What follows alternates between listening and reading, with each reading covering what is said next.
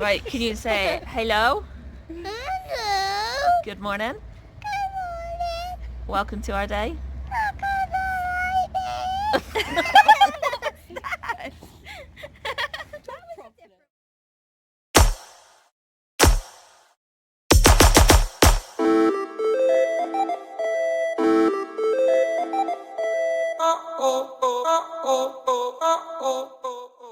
Good morning. So, Guten Tag. did you just say thank you? I don't know. But it came to my mind and I felt the urge to shout it out. Okay. I think you said thank you. Oh, right. Yeah, I I don't didn't do German, so I did Spanish. Oh, I did a little bit of German. I wasn't very good at it. Anyway, good morning. I've been having soup for breakfast, and the other day I went in to go get my meds. It was that day, and there was these tins of Heinz Big Soups, and they were all half priced because all the labels had come up. What is that? Dry, crunchy piece of porridge? Porridge shell. Yummy. But anyway, there was these tins of big soup from Heinz, and they were half priced because the labels had come off, so they'd sellotape them on. I wonder if someone stuck the wrong one on there. Yeah, well, I might be wrong. Please, if you've tried this soup before and this is what it's like, please let me know. Because at least then I'll know never to get it again. But anyway, I got this soup, and this is beef broth. And as you can see, I know that they don't always represent things appropriately, but the other two soups I've had, which were the Heinz Big Soups, they looked pretty identical to what was on the tin. But anyway, this is what the beef broth looks like on the tin. You know, like a thin broth with meat and vegetables in it, you know. Well, broth is thin. Yeah, exactly. Broth is usually thin. And watery. Yeah. This is what came out of the tin. I'm going to have to demonstrate this to you. That is not a broth.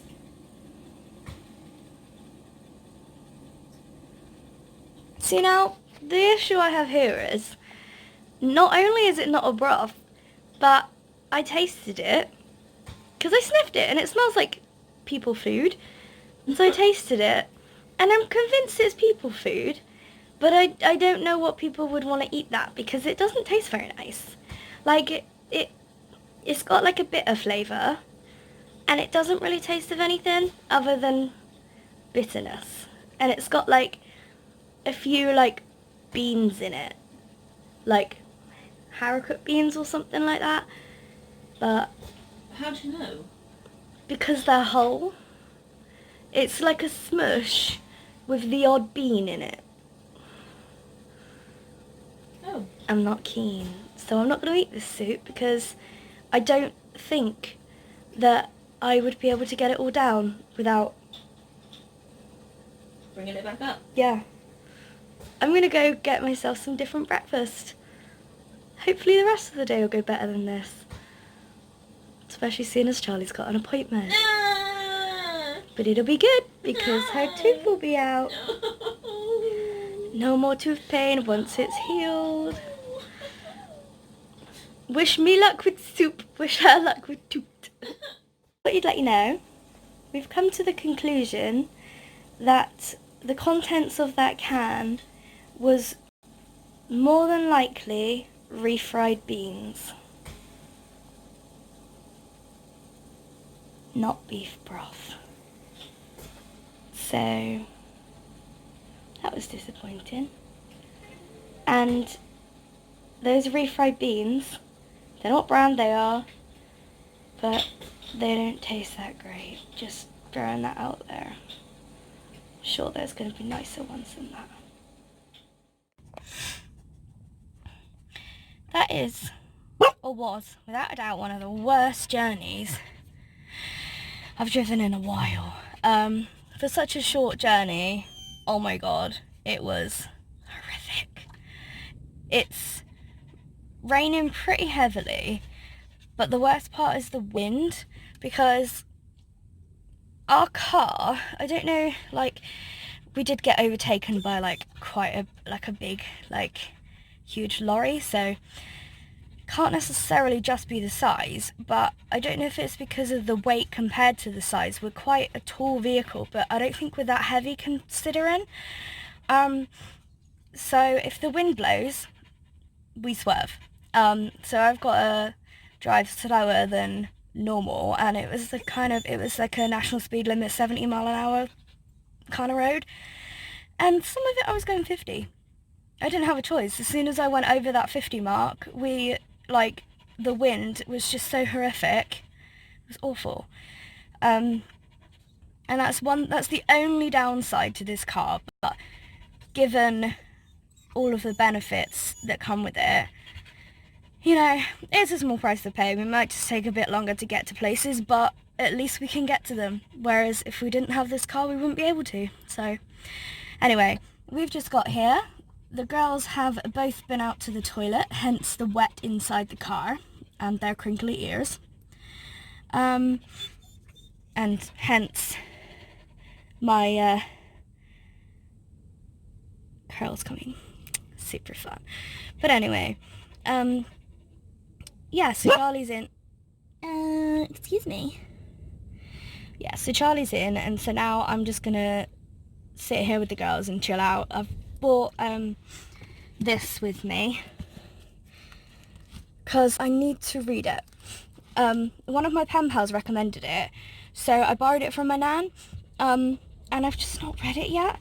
I keep reading like the first few pages and then I don't feel like reading, and sometimes I don't know what you guys are like, but I've got to be in the mood to want to read. So I'm gonna try and start this one. Hopefully it'll work out. I really love his writing, so that's why I really want to get into it as well, because he's a fantastic author. But we shall see, and I will let you know. I will read this at some point. Whether it starts today successfully or not, that's a different question. But anyway, so we will speak to you in a bit when Charlie gets back out, and I'm sure she will numbingly tell you how it went. Turn on the thing to get it heated up. Yeah. So, yeah, because obviously I said I had a huge fear from the dentist. She was really lovely, and she put a ton of anaesthetic paste around my mouth. Yeah. No. And then she did one injection that was of some numbing stuff. And then on top of that, she put lidocaine in. So I've had 3 lots of anaesthetic in my face. Yeah. And whilst it was setting in, she waited a good length of time. That's when she turned and said, "Your wife's going to wonder what we're doing to you." And we were just having a chat, and obviously that's when she said about the dog. And we were just having a conversation, blah, blah, blah. And she asked if we had any other animals, and I said we've got a rabbit as well, but he's turning 8 this year, so yeah. And the one woman was just like, "Bloody hell, you must look after him well." And it's like, well, all of our rabbits have hit 8 and 9. And she was just like, the woman turned and said, "I need to send my sister to you because she got 2 guinea pigs. They died, and when she went out, when her daughter went to school, she got 2 identical and replaced them. 2 months later, they died again. Every 2 months. Yeah." And she turned around and told her daughter that they've gone somewhere warm for the winter. Oh my god, that's so horrible. Oh, no. And then the assistant that was there, she was saying that she's got a dog that's 15, I think she said, and every time her great niece comes over, her niece turns around and says, do I need to say the special goodbye just in case he's not here when I come next time? It's like so sweet.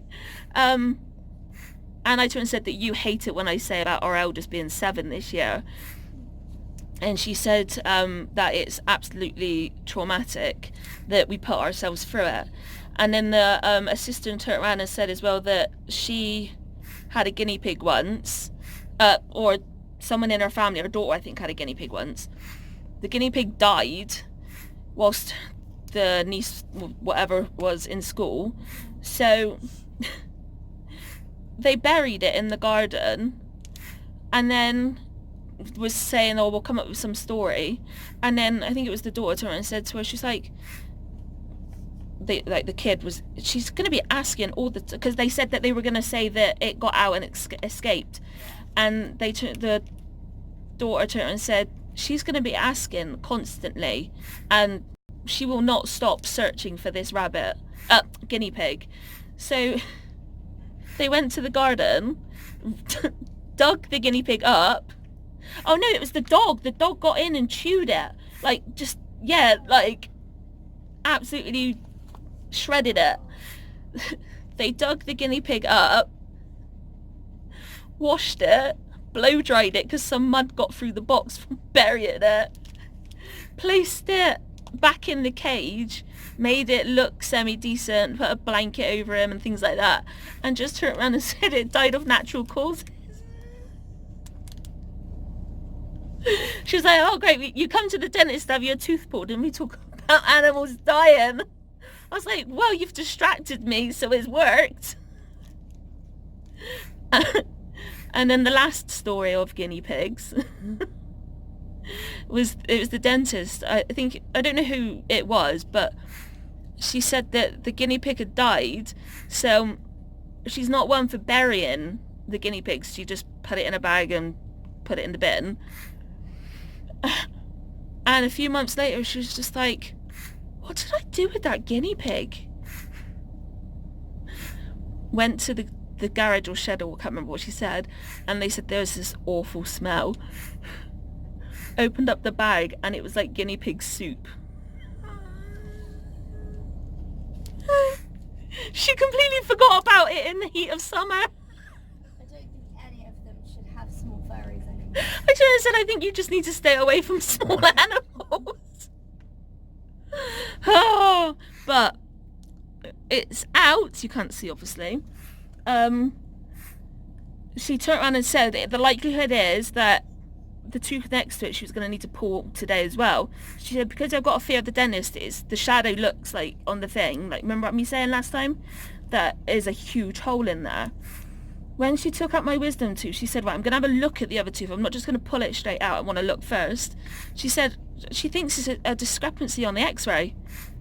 There's no blackness, no hole, nothing. And she said even if it's the case that there's a hole on the inside, by now it would have come through and the tooth externally would be showing, and it's not. So yeah, but yeah, they pulled it absolutely fine. I think all the anaesthetic and stuff. Look panicked like you do. No, I literally did not feel it. I mean, there was one bit when it crunched a little bit because my wisdom tooth root bends as well. Does it? Yeah. No way. When she pulled it, like I felt the pull, but it didn't hurt. Was you allowed to keep it? You've got it. I've got it. No way. Yeah. She said, did you want to keep it? I was like, yeah, maybe the tooth fairy might come for me tonight. I won't.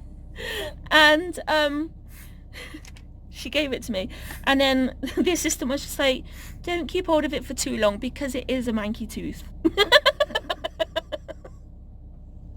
But yeah, it's out, and so far I feel nothing apart from a numb face. I'm quite intrigued to look at it. Yeah, I'll show you when we get home, and I'll show you guys as well. I asked as well the likelihood of it happening to my other 3 wisdom teeth, because of the fact it's been 11 years that they've been coming through, and I've got the little, like, the skin flap things, and she said the likelihood is it will happen.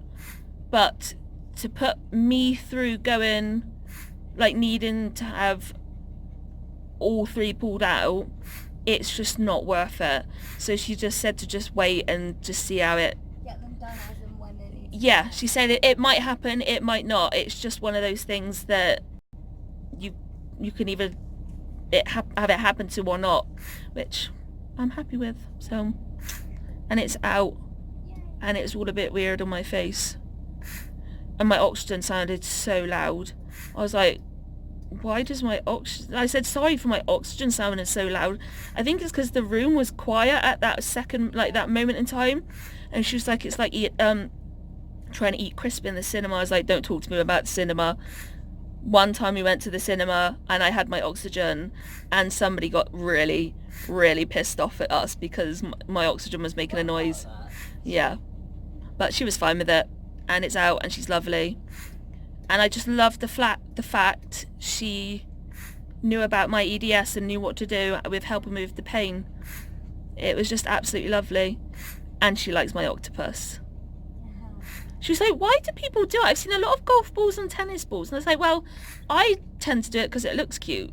But on the little ones, it is hard for me to hold the little bit because my fingers do dislocate. And she was like, how did you get the octopus on there? Did you need to perform surgery on it? I was like, well, it's got a little bit of a hole anyway because it's like a bath toy. But I did need to shove it, like, my scissors up there and make it a bit bigger. But she said that the octopus is the best one she's ever seen. So we're going to go and get something to eat for me for tea. Something. Because I don't know yet. I might have ice cream. I'm not sure. So we'll see. My face feels fat. Anyway, we're off because I've been talking to you for 10 minutes. You see this building on the end here, people, with the blue door? That's where Sophie and I got married. All them many years ago. We're home, and straight away she's given me some love. Hang on, let me get this eye boogie.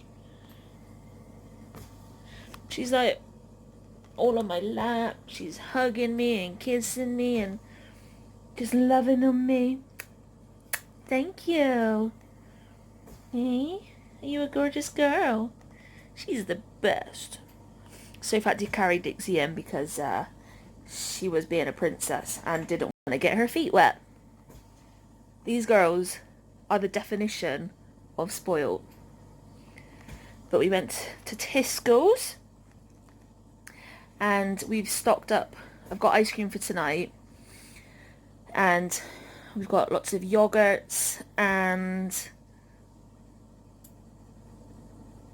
Weetabix for me to eat for the next few days because A, I'm not going to want anything major, and B, I need to eat stuff that's likely to not move the clot that's built where my wisdom tooth was, because the last thing I want is for the clot to be to leave and risk getting something called dry socket, because that would be horrific pain and I really don't want that. I'm already at a higher risk of getting dry socket because I'm on oxygen 24/7.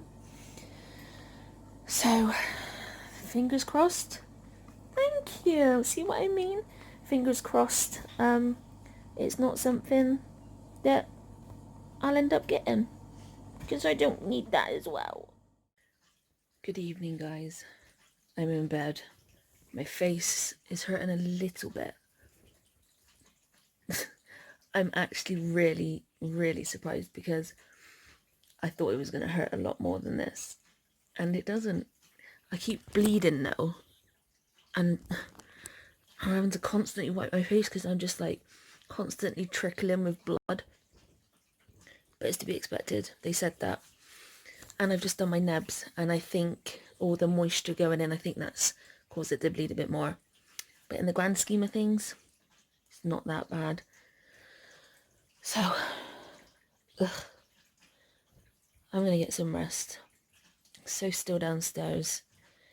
She's getting the Oromorph ready to bring up because I know I'm going to need it overnight.